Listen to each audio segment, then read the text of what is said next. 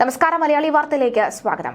റഷ്യയുടെ വിദൂര കിഴക്കൻ കാംചക് ഉപദ്വീപിൽ ഇന്നലെ പുലർച്ചെ 8 തീവ്രത രേഖപ്പെടുത്തിയ ഭൂകമ്പത്തിൽ റഷ്യയുടെ ആണവ അന്തർവാഹിനികൾക്ക് എന്ത് സംഭവിച്ചു എന്ന ആശങ്ക ശക്തം. റഷ്യയുടെ പ്രധാന ആണവ അന്തർവാഹിനി താവളങ്ങളുടെ തൊട്ടടുത്തായിരുന്നു ഭൂകമ്പം. ചരിത്രത്തിലെ ഏറ്റവും ശക്തമായ 6ാമത്തെ ഭൂകമ്പമായി കണക്കാക്കപ്പെടുന്ന ഭൂകമ്പം ബൊറോയി ഡെൽറ്റ ക്ലാസ് ബാലിസ്റ്റിക് മിസൈൽ അന്തർവാഹിനികൾ ഉൾപ്പെടെ റഷ്യൻ നാവികസേനയുടെ ഏറ്റവും തന്ത്രപ്രധാനമായ ചില ആണവ ആസ്തികൾ സ്ഥിതി ചെയ്യുന്ന അവാച്ച ഉൾക്കടലിൽ നിന്ന് വെറും 75 മൈൽ അകലെയാണ് ഉണ്ടായത്.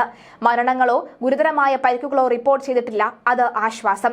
റഷ്യൻ അധികാരികൾ വാദിക്കുന്നുണ്ടെങ്കിലും അന്താരാഷ്ട്ര സമൂഹത്തിന് സംശയങ്ങൾ ഏറെയാണ്.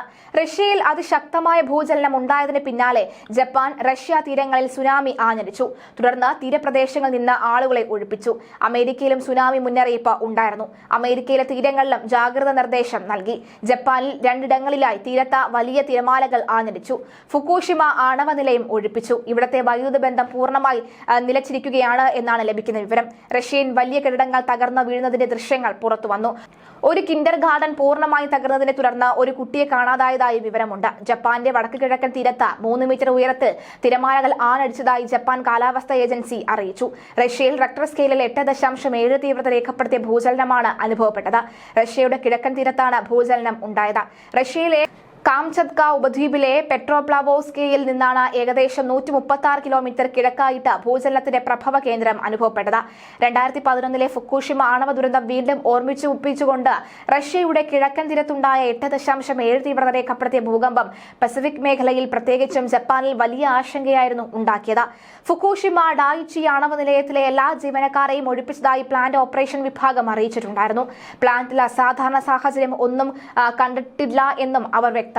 ഫുക്കുഷിമയിൽ നിന്ന് ജീവനക്കാരെ ഒഴിപ്പിച്ചത് 2011 ദുരന്തത്തിന്റെ ഭീകരതയുടെ ഓർമ്മകൾ വീണ്ടും സജീവമാക്കിയിട്ടുണ്ട്. എന്നാൽ അസ്വാഭാവികമായി ഒന്നും തന്നെ കണ്ടെത്തില്ല എന്ന ആശ്വാസകരമാണ്.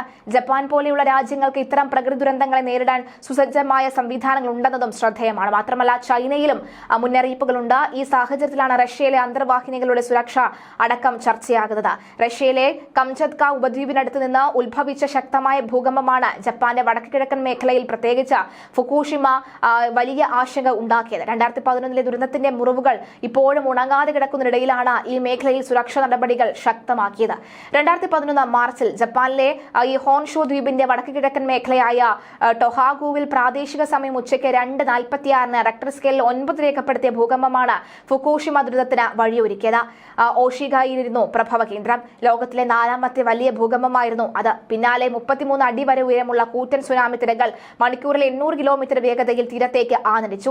സെൻഡായി നഗരത്തിൽ വെള്ളപ്പൊക്കം ഉണ്ടാവുകയും വിമാനത്താവളം മുങ്ങുകയും ചെയ്തു. എന്നാൽ ഇത്തരം സാഹചര്യങ്ങളൊന്നും തന്നെ ഇത്തവണ ഉണ്ടായിട്ടില്ല. എന്തായാലും ശക്തമായ ഭൂകമ്പം തന്നെയാണ് ഉണ്ടായിരിക്കുന്നത്. പക്ഷേ ആളഭയമില്ല എന്നാണ് റഷ്യ പറയുന്നത്. ചൈന അടക്കമുള്ള രാജ്യങ്ങൾക്ക് വലിയ തോതിലുള്ള നിർദ്ദേശം നൽകിയിട്ടുണ്ട്.